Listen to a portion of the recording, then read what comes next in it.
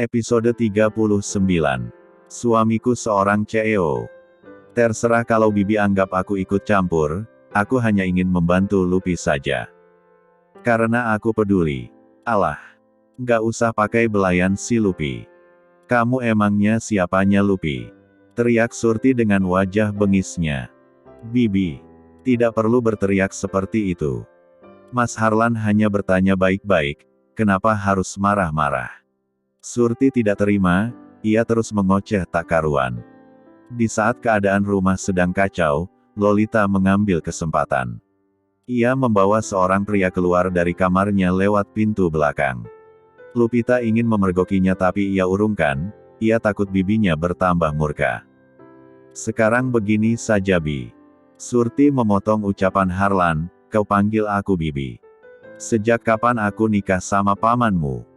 Jawab Surti cetus. Oke baiklah Ibu Surti, tolong perlihatkan surat hibah yang diberikan pada pamannya Lupita, adik dari ayah Lupita. Biar jelas duduk persoalannya. Kata Harlan mencari solusi. Kau kan hanya orang luar. Gak pantas ikut campur dalam urusan keluarga kami. Apalagi ingin melihat surat asli hibah itu. Baiklah bila ibu tidak percaya denganku, dan tidak ada penyelesaiannya. Biar Lupita panggil ketua Red dan Ru untuk menyaksikan surat hibah asli itu. Tidak bisa. Kau tidak bisa seenaknya mengatur keluarga kami. Bentak Surti ketakutan. Tidak ada cara lain, karena Ibu Surti sudah menzolimi Lupita dengan cara memberikan surat hibah palsu ini. Berani kau bilang itu palsu? Hah. Surti langsung mengambil sapu yang bersandar di dinding.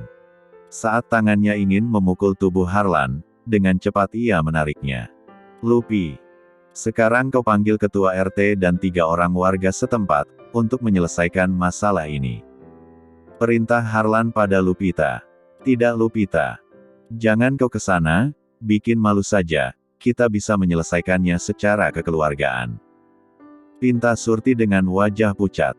Orang sepertimu sudah tidak bisa dikasih hati. Bentak Harlan kesal. Untuk apa masalah ini berlarut-larut, kasihan Lupita yang memiliki hak atas rumah ini. Lupita berjalan keluar rumah untuk memanggil Pak RT dan warga setempat untuk menjadi saksi. Tiba-tiba terdengar suara Bejo yang masuk ke dalam rumah sambil berteriak-teriak. Mana orangnya Kak? Yang sudah datang ke rumah kita bikin rusuh. Bejo. Panggil Surti. Tadi si Loli nyari aku di tempat tongkrongan. Katanya ada perusuh di rumah kita. Dengan santai Harlan meya rumput kopi yang hampir dingin. Tak, menaruhnya kembali. Hei, pasti lu ya yang udah buat rusuh. Mau cari ribut sama kakak gue. Bentak Bejo sambil berkacak pinggang. Harlan hanya tersenyum tipis tanpa merubah tempat duduknya. Lu belum tahu gue kan? Preman pasar loak. Bentak Bejo sambil menunjukkan tato yang bergambar kepala buaya pada Harlan. Sabar bang. Tenang dulu, jangan marah-marah begitu. Nanti darah tinggi abang kumat. Hei, enak aja lu. Siapa yang punya darah tinggi? Assalamualaikum. Terdengar suara memberi salam dari depan teras. Lupita, ketua RT dan 3 orang warga masuk ke dalam ruangan tamu. Waalaikumsalam. Sahut Harlan. Ini ada apa ya? Rame-rame di sini. Ujar Bejo bingung. Setelah semua duduk, ada sebagian yang duduk di kursi plastik karena tidak muat di sofa. Harlan mulai rembukan. Sebelumnya saya minta maaf, sudah mengundang Bapak Ketua RT setempat beserta 3 warga. Perkenalkan nama saya Harlan, teman dari Lupita. Jadi tadi pagi Lupita cerita pada saya tentang surat kuasa atas rumah kedua orang tuanya yang sudah almarhum. Kata bibinya sudah dihibahkan atas nama Bapak Imron, selaku paman Lupita. Terlihat wajah kesal dan amarah Surti pada Harlan. Akhirnya Pak Red ikut berbicara karena sudah dipanggil. Bisa Ibu Surti perlihatkan surat kuasa atau surat hibah aslinya. Tolong jangan mengambil keuntungan dari seorang anak yatim piatu Bu. Itu tidak baik, apalagi kedua orang tua Lupita panutan warga sini saat masih hidup. Terang Pak RT tegas. Baik Pak. Ucap Surti gugup. Surti masuk ke dalam kamar, tak lama ia kembali dengan membawa sebuah map dan memberikannya pada ketua RT. Setelah berada di tangan Pak Rit, ia membuka map coklat itu dan membaca isi suratnya. Pak RT mengeritkan keningnya dan sedikit curiga pada tulisan tangan itu. "Boleh saya bertanya, Bu Surti?" tanya Pak RT. "Iya silakan Pak. Kalau saya boleh tahu, dari mana Ibu Surti mendapatkan surat hibah ini?" "Dari kampung Pak. Sebelum suami saya Imron meninggal, saya sempat pulang kampung 1 bulan. Dan saya mendapatkan surat ini dari keluarga suami saya di kampung." Pak RT mulai menemukan keganjalan. Bukankah kedua orang tua Lupita meninggal 15 tahun yang lalu? Saat Lupi berusia 7 tahun. Seharusnya tanggal hibah dibuat sebelum ayah Lupita, Bapak Arman meninggal. Bukan surat yang dibuat sesudahnya. Ujar Pak RT geleng-geleng kepala. "Mana mungkin keluarga suami saya bohong Pak. Surat itu kan dari mereka, jadi mana aku tahu." Ucap Surti menyangkal. "Benar Pak. Kakak saya tidak mungkin bohong." Bela bejo. "Surat hibah ini tidak sah Bu. Karena tidak ada tanda tangan dari notaris. Tapi kan itu ada tanda tangan di atas materai ayahnya Lupita. Tetap tidak kuat Bu, dan tanda tangannya ada keganjalan juga Bu. Jadi Bapak RT nuduh saya memalsukan tanda tangan itu." Surti berdiri sambil marah-marah. "Ibu yang sopan kalau bicara pada Pak RT." Sela warga yang ikut rembukan. "Boleh saya bicara?" Harlan menunjuk dirinya sendiri. "Lu siapa? Mau ikut campur?" bentak Bejo. "Silakan Mas, di sini kita bebas berpendapat," kata Pak RT ramah. "Terima kasih, Pak RT," ujar Harlan tersenyum. "Sekarang begini saja Pak, seandainya tidak menemukan jalan tengahnya. Dan Bu Surti merasa surat hibah itu benar dibuat oleh ayahnya Lupita, padahal jelas dari tanggal dan tahunnya saja sudah berbeda. Lebih baik kita libatkan kepolisian dan mereka akan tahu surat hibah itu palsu atau asli." Seketika Surti terkejut dan mulutku menganga, matanya membulat, ekspresi wajahnya berubah merah seperti kerang rebus. Terlihat kebohongan Surti. Wajahnya tertunduk malu. "Benar kata Mas ini, lebih baik bawa surat itu ke kantor polisi, jadi bisa ketahuan palsu apa asli." Berdebat dengan Bu Surti pun percuma, dia membela diri terus. Ujar salah satu warga kesal. Surti melirik Bejo seakan memberi kode. "Tidak usah. Tidak perlu dibawa ke kantor polisi." Tiba-tiba Bejo berbicara gugup dengan wajah pucatnya. "Berarti surat ini palsu kan Bi?" Lupita beranjak dari duduknya dan menatap tajam Surti yang sudah tertunduk. Lupi. Lu jangan songong sama bibimu. Surat itu kami dapat dari keluarga ayahmu." Sungut Bejo masih membela diri. "Kalau seperti itu, berarti surat yang berada sama bibi tidak jelas. Lihat tanda tangan ayah saja beda," kata Lupita setelah melihat surat tulisan tangan itu. "Berarti ini surat palsu. Untung saja aku membawa Pak RT kemari, jadi aku tidak terusir di rumah ini." "Siapa yang ingin mengusirmu Lupi?" tanya Pak RT kaget. "Bibi Surti ingin mengusirku tadi pagi, karena dia bilang rumah ini sudah dihibahkan untuk pamanku." "Kenapa Ibu Surti begitu jahat pada ponakannya Pak Imron? Ini rumah Pak Arman. Lupita pewaris tunggal rumah ini Bu. Apa Ibu tega mengusir anak yatim piatu dari rumahnya sendiri?" Ucapan Pak RT terlihat marah. Surti terdiam dengan wajah menekuk, ia sudah tidak bisa berkutik lagi. Apalagi dia kaget Lupita berani mengungkapkan semuanya pada Pak RT dan warga yang menjadi saksi. "Kau jangan terus menjelekkan kakakku di depan warga dan Pak RT," seru Bejo, terus membela Surti. "Sekarang maumu bagaimana Lupi, terhadap bibimu ini?" tanya Pak RT lagi. "Sudah bertahun-tahun Bibi dan Lolita tinggal di rumah ini, dari usia saya 7 tahun, sampai sekarang menginjak umur saya 22 tahun. Saya sudah bisa mengurus diri saya sendiri. Sekarang saya pinta, Bibi Surti, Lolita dan Bang Bejo meninggalkan rumah saya. Apa? Pekik mereka berdua, terkejut. Bejo dan Surti membelalakkan matanya. Apa-apaan kamu Lupi? Tidak bisa. Ini rumah kami juga. Kau sejak jadi yatim piatu aku dan Imron yang urus. Apa kau lupa jasa-jasa kami? Maki Surti emosi. Yang saudara denganku itu Paman Imron. Sekarang Paman sudah meninggal. Saya sudah tidak ada urusan lagi dengan Bibi. Ucap Lupita tegas. Benar Bu, Ibu sudah tak berhak tinggal di sini. Karena Ibu sudah tidak ada urusan lagi dengan Lupita. Hanyalah Lolita yang masih berhubungan darah dengan Lupita. Ujar Pak RT lagi membela Lupita. Episode 40. Yang saudara denganku itu Paman Imron. Sekarang Paman sudah meninggal. Saya sudah tidak ada urusan lagi dengan Bibi. Ucap Lupita tegas. Benar Bu, Ibu sudah tak berhak tinggal di sini. Karena Ibu sudah tidak ada urusan lagi dengan Lupita. Hanyalah Lolita yang masih berhubungan darah dengan Lupita. Ujar Pak RT lagi membela Lupita. Surti benar-benar sudah terpojok. Dadanya bergemuruh menahan amarah.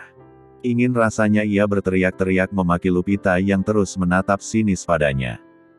Tidak bisa Lupi. Kau jangan mengusir Bibi sama Lolita. Bibi tidak punya tempat tinggal di kota ini. Bibi hanya merantau dan tidak punya pekerjaan bila harus mengontrak. Pura-pura bersedih agar mendapat simpati dari Lupita dan Pak RT. Bang Bejo bisa cari kerjaan dan bantu Bibi. Lolita masih muda hanya terpaut 2 tahun dariku, usia Loli sudah 20 tahun. Masih banyak pekerjaan di luar sana, asal Loli mau berusaha bekerja, sesuai pendidikannya. Ujar Lupita memberi saran. Seketika wajah Surti cemberut, terlihat tak suka. Ya sudah, silakan dirembukan kembali secara kekeluargaan, saya dan lainnya harus pulang, karena sudah sore. Jadi saya pesankan pada Bu Surti, apapun keputusan Lupita, tolong Ibu ikuti, sebab Lupita berhak atas rumah ini. Saya mohon pamit. Iya Pak RT, terima kasih banyak. Ujar Harlan dan Lupita. Mereka saling berjabat tangan. Dan mengantarkan sampai teras. Saat Lupi akan masuk ke dalam, Harlan menarik tangannya dan berbisik, Lupi ingat, kau jangan menyerah dan terpengaruh dengan sandiwara bibimu, sudah saat kau hidup mandiri tanpa dirongrong terus oleh mereka. Orang seperti mereka cuma mau cari enaknya sendiri, tanpa mau bekerja keras. Iya Mas, aku sudah paham kok. Tapi bagaimana bila Mas pulang, Bang Bejo dan Bi Surti buat masalah lagi, aku tidak takut kalau untuk membela diri sendiri, tapi yang kutakutkan mereka berbuat nekat, dengan main fisik. Dret, dret, dret. Terdengar getaran ponsel dari saku celana Harlan. Ia tidak langsung mengangkatnya. Takut Lupita akan curiga. Ya sudah, lebih baik kau masuk dulu. Tapi ingat kau jangan lemah. Lupita mengangguk pelan, dan berjalan masuk ke dalam. Mengambil ponsel dari saku celananya. Telepon berhenti, Harlan menelpon balik. Halo, Tuan, cepatlah segera pulang. Ibu asuh muntah darah dan sekarang pingsan. Apa? Harlan terpekik. Will, cepat kau pulang dan jemput Makku di rumah, bawa segera ke rumah sakit. Aku akan menyusul. Baik Tuan. Helaan nafas dalam Harlan begitu kuat, ada apa dengan Mak Isah, kenapa tiba-tiba sakit parah? Harlan terlihat panik, aku harus bicara dulu dengan mereka sebelum pergi. Sebenarnya aku khawatir dengan Lupita, takut mereka merencanakan sesuatu. Aku harus tegas pada mereka, sebelum berbuat nekat. Harlan masuk kembali ke dalam. Ia melihat Surti menangis sambil terus memohon pada Lupita. Lupi. Bibi janji tidak akan melakukan hal buruk lagi padamu. Menangis terisak, Bibi juga minta maaf atas kesalahan Bibi selama ini. Bibi, aku sudah memaafkan Bibi dan Loli. Tapi maaf. Bibi, Loli dan Bang Bejo tidak bisa tinggal di rumah ini lagi. Kau tega Lupi, Loli itu kan masih sepuluhan denganmu. Bujuk Surti masih terisak. Lupita menoleh pada Harlan yang berdiri di depan pintu. Mas, kau mau kemana? Tanya Lupi berjalan mendekat pintu. Lupi, aku minta maaf. Aku harus segera pulang, saudaraku masuk rumah sakit. Iya mas, tidak apa-apa, aku bisa menangani Bibi, ujarnya meyakinkan. Biar mau bicara sebentar, sebelum pergi. Harlan berjalan mendekati Surti yang berada di ruangan TV. Bu Surti, aku peringatkan. Jangan berbuat yang tidak-tidak pada Lupita. Kalau tidak, aku dan Pak RT akan melaporkan kalian semua ke kantor polisi 1 kali 24 jam. Kebohongan kalian sudah terungkap. Besok segeralah pergi dari rumah ini, sebelum aku bawa polisi kemari. Berani kau mengatur kami? Gara-gara kau, kami terusir semua dari sini. Hardik Surti sambil menyeka air mata. Maaf, aku tidak ingin berdebat lagi dengan kalian. Harlan berjalan keluar rumah, Lupita mengantar sampai teras. Mas, hati-hati di jalan, salam buat saudara Mas yang lagi sakit, semoga cepat sembuh. Kau juga hati-hati dengan mereka. Ingat kunci kamar sebelum tidur. Tegaskan pada mereka, untuk segera tinggalkan rumahmu. Kalau ada apa-apa kau datangi Pak RT. Iya mas, terima kasih banyak. Selesai berbicara, Harlan pergi meninggalkan rumah Lupita. Lupita masuk ke dalam kamar dan menutup pintu. Di ruangan TV Lupita mendengar suara Lolita mengispilu. Lolita terkejut saat harus meninggalkan rumah yang sudah ia tinggali selama bertahun-tahun. Aku tidak mau keluar dari rumah ini Bu. Sudah saatnya kamu mandiri dan mencari pekerjaan. Ujar Surti, memijit pelipisnya. Mau kerja di mana aku Bu? Paling juga jadi kuli nyuci sama gosok. Ya terserah, pokok kamu cari kerja. Ya udah, kita gak usah pergi saja. Lupi juga gak bakal berani tinggal sendiri. Dasar tolol. Kau mau kita mendekam di penjara? Kalau kita gak keluar dari sini bakal diciduk polisi. Surti terlihat kesal dan frustasi. Kita akan tinggal di mana lagi? Cari kontrakan mahal di daerah sini. Bejo menimpali. Mulai sekarang kau juga harus bekerja, buat bantu bayar kontrakan, Jo. Bukankah Mbak masih pegang uang 15 juta? Pakai uang itu buat bayar kontrakan dan modal usaha. Plok. Menggaplok punggung Bejo, duit itu tinggal 7 juta. Enak aja bilang masih 15 juta. Ibu itu boros. Masa baru 3 hari sudah habis 8 juta. Teriak Lolita, jangan-jangan ibu kasih buat pacar ibu yang berondong itu kan? Teriak Lolita lagi, sambil terisak. Diam mulutmu Loli. Jangan kurang ajar kamu, nuduh ibu kayak gitu. Uang itu buat bayar hutang, ngerti? Surti beranjak dari duduknya dan masuk ke dalam kamar. 2 hari kemudian, Surti, Lolita dan Bejo sudah pindah dari rumah Lupi. Akhirnya Lupita bisa bernafas lega. Tapi masih ada yang mengganjal dalam pikirannya. Surat rumah ayahnya telah digadaikan Surti, dan ia harus mencari uang untuk menebusnya. Kini Lupita masih beres-beres rumah. Kebetulan William memberinya libur selama 3 hari untuk istirahat. Di rumahnya sudah tidak ada kulkas dan TV. Semuanya sudah dibawa Surti. Untung masih ada kompor gas 1 tungku buat Lupi memasak. Siang itu matahari sangat terik, Lupi membeli es batu di warung untuk membuat es teh manis. Setelah membuatnya, ia duduk di sofa sambil mengetik sebuah pesan untuk Harlan. Kenapa ponsel Mas Harlan tidak aktif dari kemarin? Ada apa dengannya? Kening Lupita mengerit. Tanpa campur tangan Mas Harlan, Bibi tidak akan pernah keluar dari rumah ini. Hah? Menghela nafas panjang. Lupita terus berpikir sambil meminum habis teh manis buatannya, Mas Harlan begitu baik padaku. Apakah dia punya perasaan padaku? Tidak Lupi. Apa yang sedang kau pikirkan?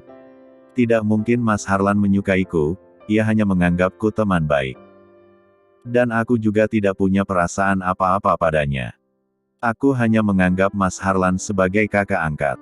Sore itu, selesai memasak, Lupi mengangkat jemuran kasur busa di atas pagar.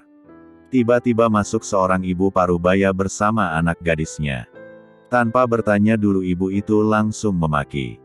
"Hei, dasar wanita G4 tel. Senangnya main sama om-om." Lupita terkejut dengan bola mata membulat. Apa maksud ibu? Datang ke rumah orang langsung marah-marah. Pantaslah mah, wanita ini emang cantik, putih dan masih muda. Jelas papa habiskan uangnya buat wanita sialan ini. Wajah tak sesuai dengan kelakuannya. Cetus anak dari ibu parubaya itu, sambil menatap sinis.